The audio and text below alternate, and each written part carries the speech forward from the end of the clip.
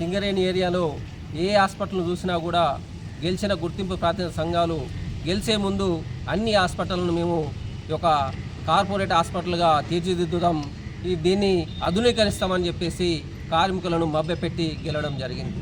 ఈరోజు ఏ హాస్పిటల్ను చూసినా కూడా కొన్ని వేల కోట్ల రూపాయల రెఫరల్ పేరుతోని ఈ యొక్క కార్మికుల సొమ్మును, కార్మికుల కష్టాన్ని నాశనం చేస్తూ ఉన్నారు తప్పించి అందులో సగం పైసలు ఖర్చు చేసినా కూడా సింగరేణి హాస్పిటల్ అనేది ఆధునీకరించవచ్చు, సింగరేణి హాస్పిటల్ను కార్పొరేట్ హాస్పిటల్గా తీర్చిదిద్దే అవకాశం ఉండేది.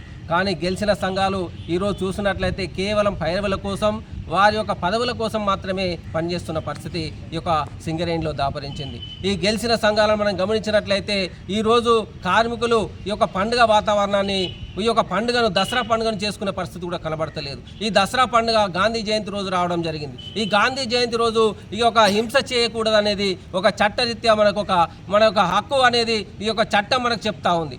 ఈరోజు చూసినట్లయితే అదే గాంధీ జయంతి రోజు ఈ యొక్క తెలంగాణకు ముఖ్యమైన పండుగ అయిన దసరా పండుగను జరుపుకోండి అనే విధంగా యాజమాన్యం ప్రవర్తిస్తే ఈరోజు వాళ్ళు చూస్తూ ఉన్నారే తప్పిసి, మరి ఇది కార్మికులకు కోల్ ఇండియా మాదిరిగా వాళ్ళకు కూడా అక్కడ 3 తారీఖు చేంజ్ చేసినారు, మేము కూడా చేంజ్ చేసేసి కార్మికులు పండుగ వాతావరణాన్ని తీసుకువస్తాం, కార్మికులు దసరా పండుగ చేసుకునే విధంగా ప్రయత్నం చేస్తామని ఈ యొక్క చేయకుండా కేవలం చేతగాని యూనియన్ల మాదిరిగా, వాళ్ళు కూడా ఓడిపోయిన యూనియన్ల మాదిరిగా ప్రవర్తిస్తూ మెమరాండాలు ఇస్తూ, వినతి పత్రాలు ఇస్తూ కార్మికులు మోసం చేస్తున్న పరిస్థితి సింగరేణిలో దాపరించింది. అంతేకాకుండా హెచ్ఎంఎస్ యూనియన్గా మీరు ఇచ్చిన హామీలను నెరవేర్చండి, మీరు ఇచ్చిన ఈ యొక్క 2 సంవత్సరాలు అవుతా ఉంది, 2 సంవత్సరాల నుంచి ఏ ఒక్క సమస్య కూడా మీరు పరిష్కరించలేదు, పరిష్కరించండి అని మేము ఈ యొక్క కార్మికుల పక్షాన ఈ యొక్క ప్రశ్నిస్తే దాన్ని కూడా జీర్ణించుకోలేకుండా మేము అగ్రిమెంట్లు చేసినాం, తర్వాత ఎన్నో జీవోలు తీసుకొచ్చినాం అనే విధంగా మాట్లాడుతూ కార్మిక వర్గాన్ని మోసం చేస్తున్న పరిస్థితి మనం చూస్తూ ఉన్నాం. సింగరేణిలో ఈపీ ఆపరేటర్లకు మొన్నటికి మొన్న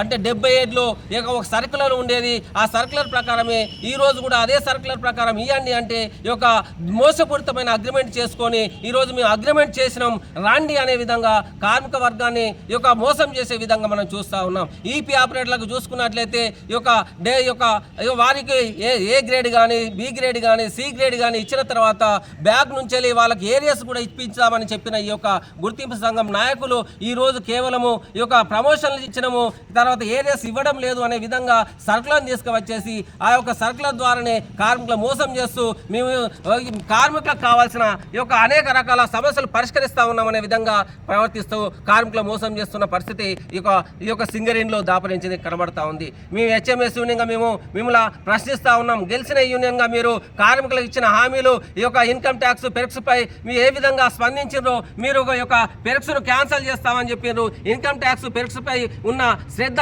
ఈ యొక్క కోల్ ఇండియాలో ఏ విధంగా అయితే కార్మికులకు ఇస్తా ఉన్నారో అదే విధంగా పెరక్స్పై ఐటీ మాఫీ చేస్తామన్నారు. కానీ ఇప్పటి వరకు చూస్తే దాన్ని ఊసే మాట్లాడిన పరిస్థితి లేదు. అంతేకాకుండా ఈ యొక్క సొంతింటి పథకం అని చెప్పిండ్రు, ఆ సొంతింటి పథకం అనేది దరిదాపులో కనబడే పరిస్థితి కూడా కనబడతలేదు. అంతేకాకుండా మనం చూసినట్లయితే ఏ ఒక్క హామీ కూడా నెరవేర్చకుండా కార్మికులను మోసం చేస్తున్న ఈ ఏఐటీసీ నాయకత్వం కేవలము వారికి కావాల్సిన యొక్క పైరవులతోనే, తర్వాత వారి యొక్క పదవులతోనే ఆశపడుతూ కార్మిక వర్గాన్ని మోసం చేసుడు కాదు. హెచ్ఎంఎస్ గా మేము ప్రశ్నిస్తూ ఉన్నాం, మీరు ఇచ్చిన హామీలను నెరవేర్చండి, ఆ నెరవేర్చే విధంగా సవాల్ చేయండి. కానీ ఏ చేతగాని సంఘం లాగా అక్కడికి రండి, ఇక్కడికి రండి, మేము చర్చిస్తామంటే చర్చించడానికి అక్కడ ఏం కనబడుతుందని మీతో చర్చించడానికి అనేది మేము హెచ్ఎంఎస్ గా మేము ప్రశ్నిస్తూ ఉన్నాం. కాబట్టి ఇచ్చిన హామీల కార్మిక వర్గానికి నెరవేర్చాలని, ఆ విధంగా నెరవేర్చకుంటే మిమ్మల్ని ప్రతి గని మీద మేము ప్రశ్నిస్తూ కార్మికులను పోరాటం వైపు తీసుకుపోయి మీ చేసిన యొక్క వ్యవస్థను, తర్వాత ఇచ్చిన హామీలను నెరవేర్చకుంటే మీకు తగిన బుద్ధి చెప్పే విధంగా కార్మికులను పోరాటానికి సిద్ధం చేస్తామని హెచ్చరిస్తా ఉన్నాం.